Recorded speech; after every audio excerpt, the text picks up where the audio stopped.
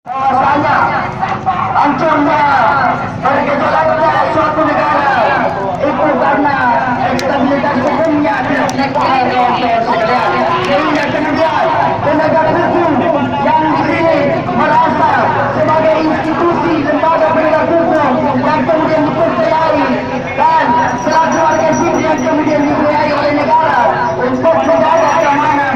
tatanan masyarakat dan melindungi hukum kemudian harus ditegakkan sejadinya kawan-kawan sekalian. Jadi